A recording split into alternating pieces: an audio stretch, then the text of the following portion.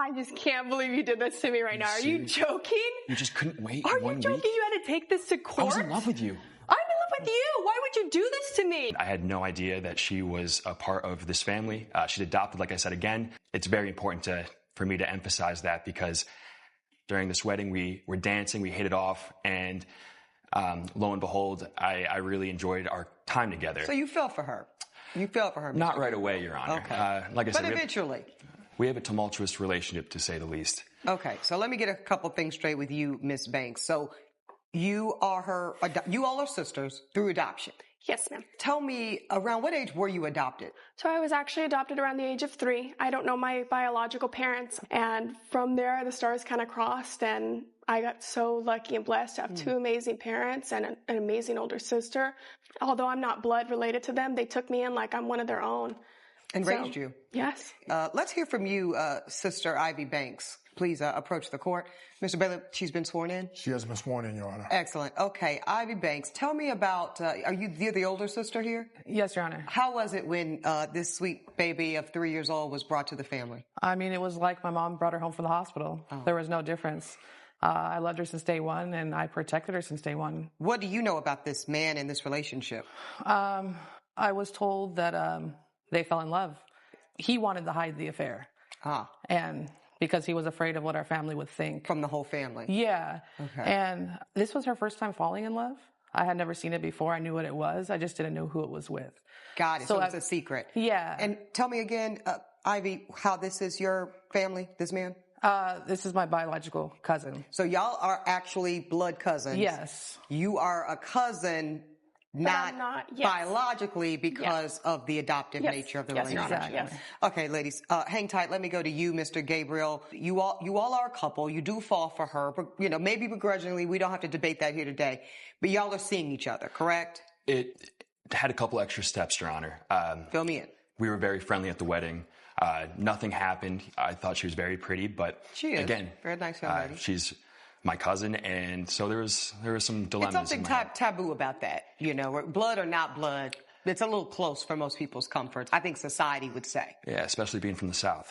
Well, it's interesting, because some might say the opposite. But nonetheless, continue, Mr. Gabriel. Yeah, so what started as a good friendship slowly blossomed into obviously something more.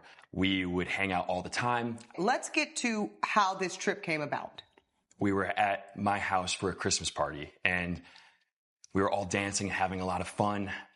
Jenna didn't have anything to drink, but I did. And I asked Jenna if she wanted to play video games with me, and it was just us two. Mm-hmm. And we ended up staying up an extra 2 hours. I could feel some tension rising, and I knew I had to interrupt this. So I said we should probably end the night, and in doing so, Jenna ended up actually walking under the mistletoe. She made a couple seductive comments toward me. Okay, that's not true at all. You're going to act like I was coming in here seducing you? Are you kidding me? Do you remember what you said? Order. Okay, Miss Banks, I guess I'm getting confused here. Were y'all together or no? Not at this time. Okay, so why are you saying yes, Miss Banks? Because it was love. I was in love with him. We were absolutely together. I don't know what he's saying that I seduced him and that we were not together. It was both parties all in. Okay, Ivy Banks, please provide some clarity here. He's denying that he was even with her. What is your recollection? Everything about her was different. The glow on her face, extra smile, she had the look of love. We're all familiar with it. Yeah. Okay, so I knew something was up. 100% together. Why do you think he's denying it? Because he's embarrassed. He's a Southern gentleman, He has certain standards to uphold. And okay, so let me ask you this, Mr. Gabriel. Why were y'all going on an all-expense-paid romantic vacation together? Well, there was a couple, again, steps missed, so obviously... I know, you keep missing steps. Will you get to the step that makes this make sense, Mr. Gabriel? Please.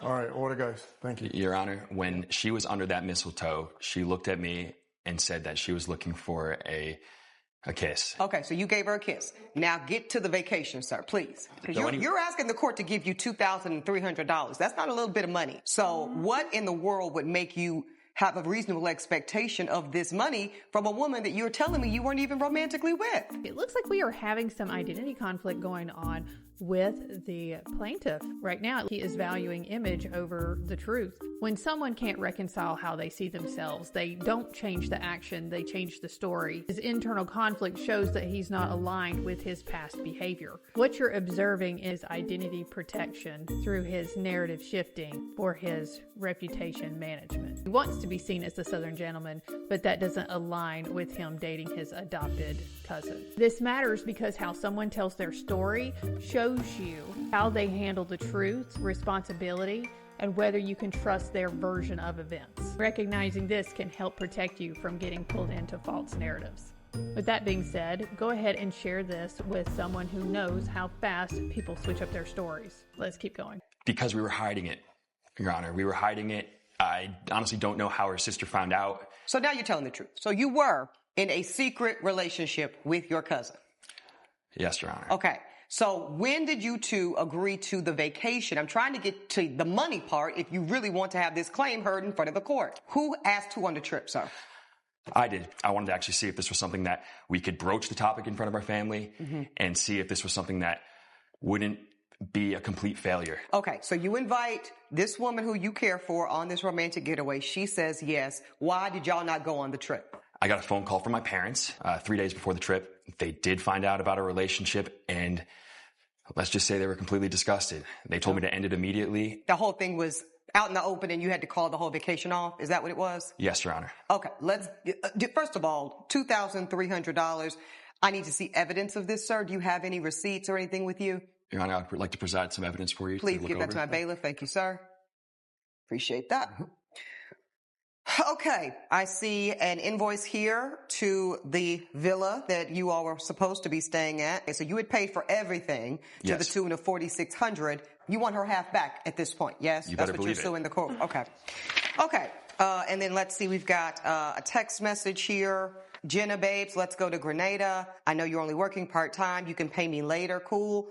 She says, let's do it. Not sure how I can get away without telling my family. She acknowledges her sister Ivy's going to get suspicious. She says, I'll pay you half when I can. Also, I was told there was an image of you two lovebirds. Yes, Your Honor, I have that if you'd like to see that. Okay, yeah, let me see that. Please give that to the bailiff. Thank you.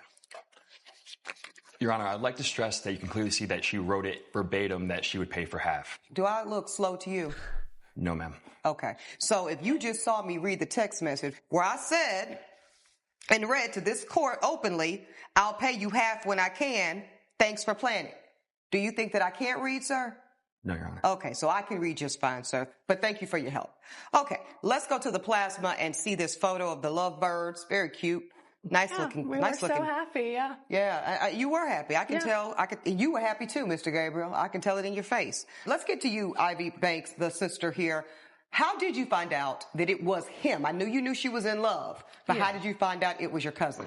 Yeah, how did you find out? Well, she told me. Sir. Can you let her talk? That's the last time for you, Mr. Gabriel. I don't need you reinforcing things I've read in my courtroom, and I don't need you mansplaining the questions that I'm asking from this bench. Continue, ma'am. Thank you, Your Honor. So when she started explaining to me that she was going out of the country, I figured that it was going to be with who she was seeing. Right. Kept pressing as, sisters do. And she told me. Is that true, Miss Jenna Banks? You eventually just told your sister? She pried it out of me, yeah. Okay. And what was your reaction? It wasn't what I was expecting to hear. It was a hard pill to swallow, of course, but because I saw the love on her face and, just the change in her, I knew it was real. Okay. And did you tell the parents? I did. And do you think that you telling your parents is what telephoned over to his parents? 110%. He's not lying to the court when he says that it is you betraying the confidence that you two agreed upon, Miss Jenna Banks. You told your sister, who told y'all's parents, who told his parents, who caused the whole thing to implode. At the end of the day, yeah. That's correct. Okay. Yeah. I've heard enough from everybody involved. Ivy Banks, witness here. Thank you. That was very helpful. You can have a seat, ma'am. This isn't just their relationship. This sits inside family, roles, expectations. That's why the reaction is so strong. It disrupts the whole family structure.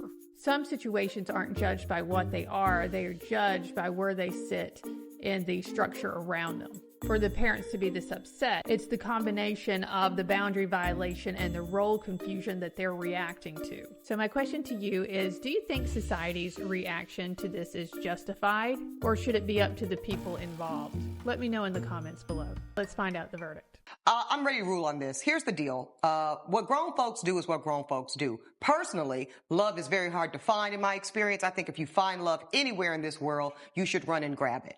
However, you all have made decisions around societal norms and expectations and parental pressure. And maybe once you live a little longer, you'll stop doing that. In the meantime, sir, I see where you have paid here, the $4,600. Ma'am, you did say and volunteer to pay him your half when you could. The court is determining today you can and you must pay this man for his expenses. This court finds in favor of the plaintiff for the requested amount of $2,300. That is my rule. How much weight should you give to pressure over personal choice? If you let outside pressure override your own decisions, you don't just lose clarity, you lose ownership of your choices. When you don't stand in your own decisions, you end up letting other people shape the outcome of your life. They didn't just lose their relationship, they let everyone else decide it for them. So the big takeaway from this case, alignment with who you are matters. What you stand on privately should be able to stand publicly. So ask yourself right now, are you being honest about what you want, or just making it fit what looks right? Let me know in the comments below.